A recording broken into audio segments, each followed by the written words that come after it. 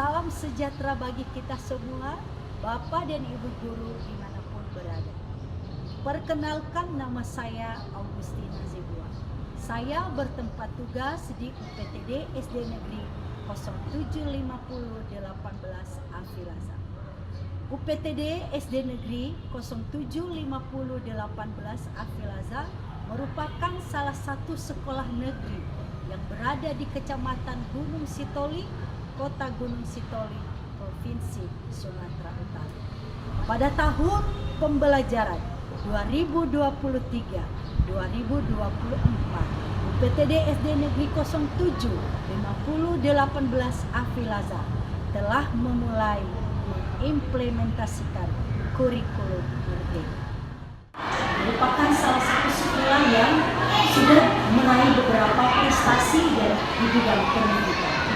Untuk itu, kami UPTD SD Negeri 075018 Afilaza sangat mengharapkan pendampingan dan tidak luput dari perhatian.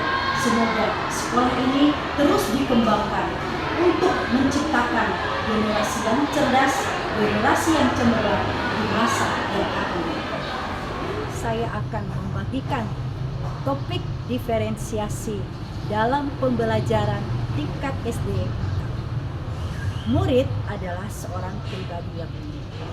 Guru memiliki tanggung jawab untuk membantu murid memahami materi ajar dan menguasai keterampilan sesuai dengan kompetensi yang diharapkan. Dan guru juga wajib memahami peserta didik memiliki pengetahuan awal dan keterampilan yang dipengaruhi oleh bagaimana ia dibesarkan di dalam keluarga dan lingkungan. Namun, pada kondisi kesiapan murid dalam proses pembelajaran, ada banyak kendala yang dapat ditemui oleh guru, sehingga pembelajaran itu tidak tercapai dengan baik. Misalnya, murid tidak fokus dalam mencermati materi ajar, faktor pengetahuan awal yang kurang, dan minat peserta didik yang rendah dalam belajar. Praktik baik berdiferensiasi sangat membantu Bapak dan Ibu guru dalam proses pembelajaran, baik di dalam kelas maupun di luar kelas.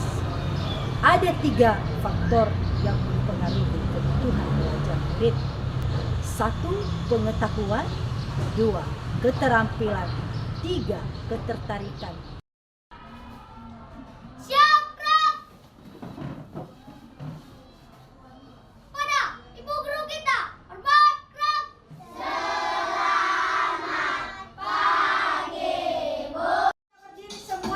Pembelajaran berdiferensiasi adalah teknik pembelajaran. Guru menggunakan berbagai metode pengajaran untuk memenuhi kebutuhan individual setiap murid sesuai dengan kebutuhan berupa pengetahuan yang ada, gaya belajar, minat, dan pemahaman terhadap mata pelajaran. Maka tercipta kesetaraan belajar bagi semua peserta didik dan menjembatani kesenjangan belajar antara yang berprestasi dengan yang tidak berprestasi. Sebelum menyampaikan materi ajar, Bapak dan Ibu guru wajib memahami pengetahuan awal murid dan sebaiknya mengidentifikasi keterampilan dan minat murid terkait kompetensi yang dikuasai oleh murid. Hasil dari pemetaan murid maka menjadikan dasar untuk memberikan tugas selanjutnya, baik secara mandiri atau secara berkelompok. Perhatian murid yang terbagi dan bahkan tampak tidak memahami materi, timbulnya pikiran yang tidak berhubungan dengan materi, ketidakpedulian dan kurangnya kepekaan pada penjelasan materi yang disampaikan oleh Bapak Ibu guru adalah sebuah kemungkinan yang dapat terjadi pada proses pembelajaran yang sedang berlangsung. Membimbing dan mengarahkan fokus murid supaya memahami materi ajar sehingga murid memperoleh pengetahuan yang sesuai dengan tujuan pembelajaran. Dalam mengidentifikasi kebutuhan murid, perlu juga mendasari pemahaman bahwa terkadang murid masih menggunakan bahasa sehari-hari atau bahasa daerahnya sehingga memiliki kesulitan dalam memahami penjelasan kalimat pengantar yang diucapkan oleh guru sekalipun dalam bahasa Indonesia. Untuk memudahkan pemahaman murid, maka disarankan Bapak dan Ibu guru dapat menggunakan dua bahasa dalam penjelasan materi pada kalimat tertentu, yakni bahasa daerah setempat dan bahasa Indonesia. Dan juga dapat memanfaatkan bahan yang ada di lingkungan sekitar agar proses pembelajaran lebih menyenangkan. Ada 5 elemen sikap sebagai prinsip pelaksanaan manajemen kelas yang baik, yaitu 1. Hubungan individu antara guru dan murid yang erat. 2. Guru menjadi contoh teladan yang baik. 3. Adanya budaya positif yang baik. 4. Keyakinan kelas. Dan 5. Murid memiliki pengendalian diri yang berasal dari dalam dirinya. Ada 3 kategori murid dalam asesmen diagnostik. 1. Paham utuh kategori 1. Murid dapat menjawab semua soal dengan benar. 2. Paham sebagian. Murid hanya dapat menjawab soal dengan asesmen dengan benar. 3. Belum paham. Murid hanya dapat menjawab sedikit dengan benar. Pembelajaran berdiferensiasi juga memberi perhatian khusus pada pengembangan literasi murid yang mencakup kemampuan bahasa murid, kemampuan murid memahami dan menyampaikan pesan, mengekspresikan perasaan dan gagasan, berpartisipasi dalam percakapan dan diskusi secara santun, sehingga memberikan dampak yang sangat signifikan pada peningkatan potensi belajar murid. Dari beberapa tahapan pelaksanaan pembelajaran berdiferensiasi, maka kita dapat menyimpulkan dengan pelaksanaan pembelajaran berdiferensiasi pada proses pembelajaran di kelas, maka tujuan pembelajaran yang diharapkan dapat dicermati dan praktekkan oleh murid dalam kegiatan sehari-harinya. Bapak dan Ibu guru perlu mengingat bahwa pembelajaran berdiferensiasi tidak terwujud dalam 1 atau 2 kali pertemuan saja, namun sangat diharapkan guru terus melakukannya sesuai dengan materi ajar dan perkembangan pengetahuan murid. Senantiasa Bapak dan Ibu guru melaksanakan pembelajaran berdiferensiasi dengan kesungguhan hati sehingga memberikan dampak yang sangat signifikan pada peningkatan potensi belajar murid.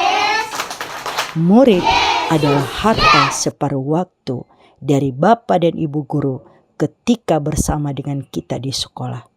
Bukan hanya mencerdaskannya, namun menjaga raga dan batinnya adalah tanggung jawab kita untuk meraih masa depannya. Akhirnya, dengan mengucap syukur kepada Tuhan Yang Maha Esa, portofolio ini dapat selesai dengan baik atas kerjasama pihak-pihak yang terlibat, baik secara langsung maupun tidak langsung. Semoga portofolio ini dapat bermanfaat untuk membangun dunia pendidikan. Mari tetap menerapkan moto Tutburi Handayani, yakni ingarsa sung tulada, di depan memberikan contoh, ing madia mangun karsa, di tengah membangun motivasi, dan Tutburi Handayani di belakang memberikan dorongan semangat. Terima kasih. Salam sejahtera buat kita semua ya Hobu. Saya Kepala Sekolah UPTD SD Negeri 075018 Afilaja sebagai fasilitator guru di sekolah ini, terlebih buat Ibu Agustina Jebua yang mana Ibu ini melakukan pembelajaran berdiferensiasi di kelas dan melakukannya sesuai dengan langkah-langkah kebutuhan peserta didik dan gaya belajar peserta didik. Ibu Agustina sangat luar biasa dan menginspirasi membuat pembelajaran ini sehingga peserta didik mampu dan memahami tujuan pembelajaran dan sesuai dengan target perilaku peserta didik tersebut. Semangat buat Ibu Agustina, sukses dalam mencerdaskan anak bangsa. Terima kasih ya Hobu. Saya merasa senang dengan pembelajaran agama karena bisa menceritakan yang baik tentang Tuhan, bisa saya menjadi anak yang baik. Saya sangat senang dengan pembelajaran hari ini, yaitu pembelajaran agama. Agama ini bisa mengajari saya tentang perilaku yang baik.